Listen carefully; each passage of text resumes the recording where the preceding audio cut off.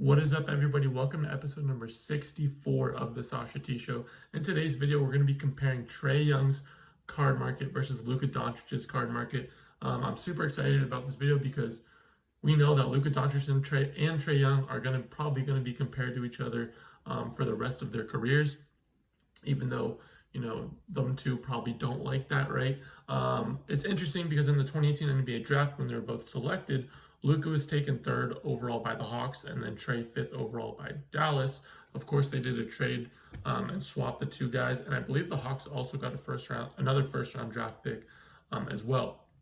Both fantastic players, had sensational seasons. Both guys I'm super high on. But let's look back first and at their card market, and then we can kind of move forward. So last summer, Trae Young's base prism number 78 PSA 10. The majority of the summer was selling right around $35. You could have got it for $35 on eBay. Luka Doncic's base prism number 280 PSA 10. The majority of the summer was a $60 card. When he was selected and was the official rookie of the year, I believe his card went up to like $80, but then came back down to 60. So the majority of the summer you would have been able to find it for around $60. Now, since then, we have seen Trae and Luka have, again, sensational, fantastic seasons for guys that are only in the second year of their career. Trae averaged 29.6 points per game, 4.3 rebounds, 9.3 assists, and 35.3 minutes per game. Shot 43.7% from the field and shot 36% from three. Now, Luka averaged 28.7 points per game, so just a little bit less than Trae. 9.3 rebounds, that's more than double of Trae's. 8.7 assists, just a little bit less than Trae. And 2 minutes less per game, and 33.3 minutes per game, and shot 46% from the field, so actually a little bit better than Trae from the field, but only shot 32.7% from three, which that's actually kind of low compared to a lot of guys in the league. I know personally I've seen Luka take a lot of tough shots as well as Trae. So it always seems like Luka actually shoots better from three, but actually, the percentage isn't there. I mean, I think that will go up as time goes, though not something I'm really too worried about. Trae did have the weaker team this year, guys. Also in a weaker Eastern Conference, he led the team to 20 wins, 47 losses, and out of playoff contention. It was great to see that the Hawks did trade and get Capella. I think that's going to be a big help for Trae Young and the Hawks. A nice pick and roll guy that will complement Trae very well. Luka with the stronger team, we can say, right? Has Porzingis, another all-star, another guy that he can grow with, right? Tim Hardaway Jr. has played fantastic basketball for them. Seth Curry, they have some guys over there.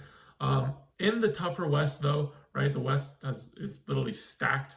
Almost any team can make the playoffs. I mean, right when you start off the bat, Lakers, Clippers, just right there, and then you got a bunch of other teams in the mix, right? The Clippers, the Nuggets, Utah, a bunch of other teams, right? OKC has played fantastic basketball. They were able to lock in 40 wins and 27 losses. Earlier in the year, the Mavs actually were playing better again. Luka did get hurt, with his ankle, and they started to lose some games. But nonetheless, great season, 40 wins, 27 losses in playoff contention. If the playoffs did start today, they would play the Clippers, which I think is a very interesting and fun matchup to see. So now let's go and take a look at their pre-corona prices and compare it to last summer. Again, last summer, Trae Young's base prism PSA 10, $35. Luka Doncic's base prism, $60. So pre-corona, right? Before the NBA season was suspended, we saw Luka Doncic's base prism rookie PSA 10 get up to $650. Now, this is a time when the card market was absolutely insane for Luka. If you guys remember that period, it was like Luka's card was going up by the day, and it did not look like it was slowing down. It would have been very interesting to see what his card price would have been at if there was, the NBA season did not get suspended, because that was like a frenzy of people buying Luka cards. It was insane to see. It was a great time from an investor standpoint, right? of having Luka in your collection, in your investment strategy, because it was going crazy. I mean, I know I've talked a lot about how I think Luka's going to be $1,000 card. His base Prism PSA 10, whether that's going to become playoff time or next season, early next season. I think that if the NBA season did not get suspended, that was going to be $1,000 card. It was just an insane time where Luka prices were just going crazy, right? Trae Young's base Prism rookie PSA 10 was a $250 card before the NBA season got suspended, which was great growth to see, especially for them not being in playoff contention. Again, Trae Young's very relatable to a lot of people, a lot of kids, right? Small, has the body type of somebody that you can find on the street, right? So very relatable, fun to watch. Just a person on the street can relate to him a lot, right? A kid trying to play basketball can relate to Trae Young a lot. Again, really good to see that they traded for Capella. They're out of playoff contention. They weren't going to make it.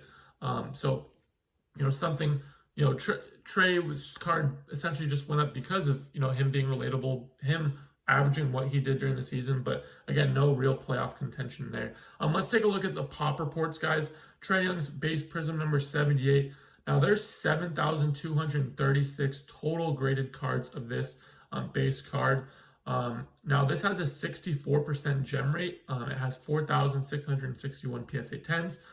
Now when we look at Luka's base Prism number 280, there's 14,641 Luka cards graded. That's essentially double of Trae's, and 10,294 PSA 10. So this has about a 70% gem rate, so about 6% more than Trae's, while having essentially a little over double the PSA 10 in the pop, which is great to see. Again, we talk about population a lot. I know a lot of people have been talking about population a lot.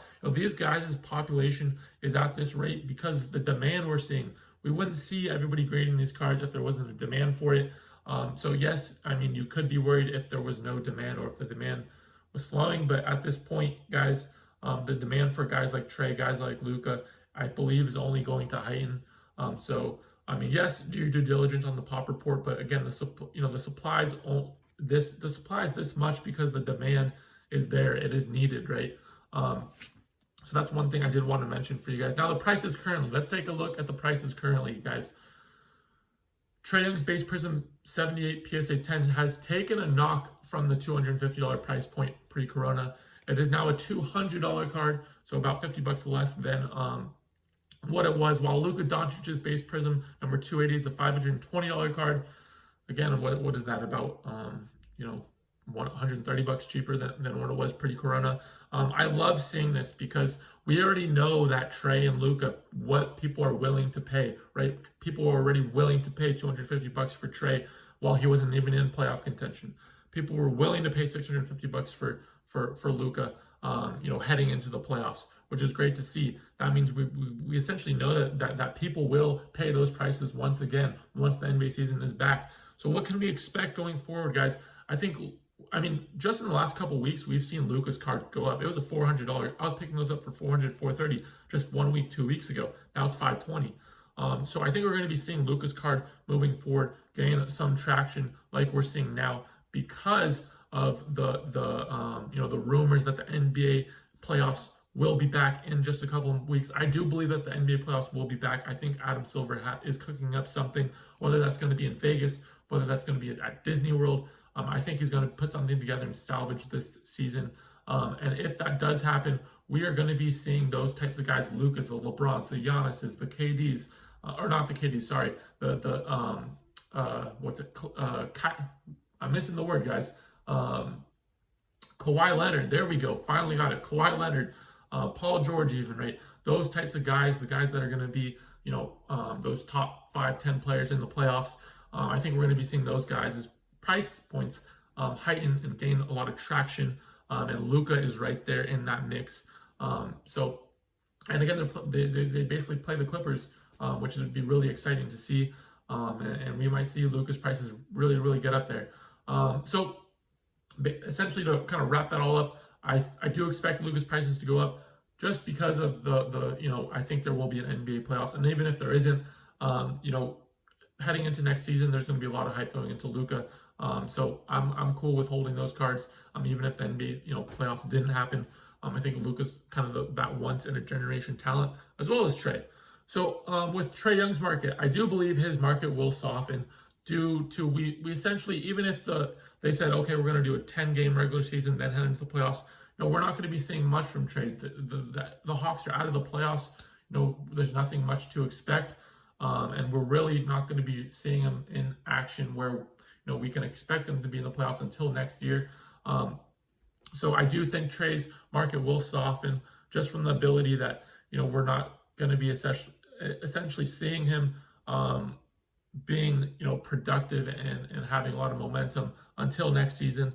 I think that team that they have over Atlanta, I think the GM will figure something out for them to be a playoff team. So essentially, there's no really reason for why people would be picking up Trae at this point right now. I do expect his market to soften a bit, but I think a good time to pick him up would be NBA Finals time, right after NBA Finals, when everybody's focusing on those guys that won the chip or were at least in the finals, in the Western Conference Finals. Those types of guys, I think people are going to forget about Trae, and I think that's going to be a great opportunity to pick him up. We could see, Trae's price get down to 150 maybe. We will see. But for me personally, I'm going to be looking to pick up his cards up during that time period. And we know that Trae's market will gain a lot of traction heading into the season because people are going to be expecting a lot from him. And again, he's a super fun to watch player. I mentioned his averages, guys. Just in his second year in the league, 29.6 points, 4.3 rebounds, 9.3 assists. It's interesting to see because Luka and Trae are going to be tied together for so long, and Luka is overshadowing Trae a bit. But I do think Trae Young is slept on, and I'm going to be looking to pick up his cards during that time period. Not now personally for the reasons I mentioned, but I will be looking to pick up Trae Young. I love his game. So yeah, guys, that's going to be it for today. I hope you guys enjoyed the analysis, what I'm kind of thinking. It's interesting how it all played out for Trae and Luka being tied together with those draft picks being traded together, being the top two guys in the draft. If Trae was in the draft alone, man, he would even have essentially more hype. And I think what's happening is he's being overshadowed just a tad by Luka. But I think both these players are sensational. Both these players should definitely be looked at as an investment opportunity because they've showed what they can do on the floor. I'm really excited to see if the playoffs do happen, Luka Doncic in the playoffs, and for years to come, just watching him, as well as I'm excited to see Trae Young, coming into next year, being a playoff contender, and showing what he can do.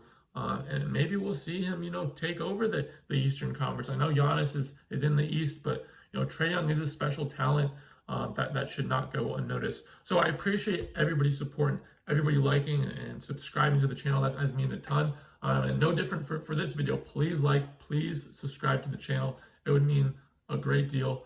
And I appreciate it, guys. It's your boy Sosh. I'll see you next time.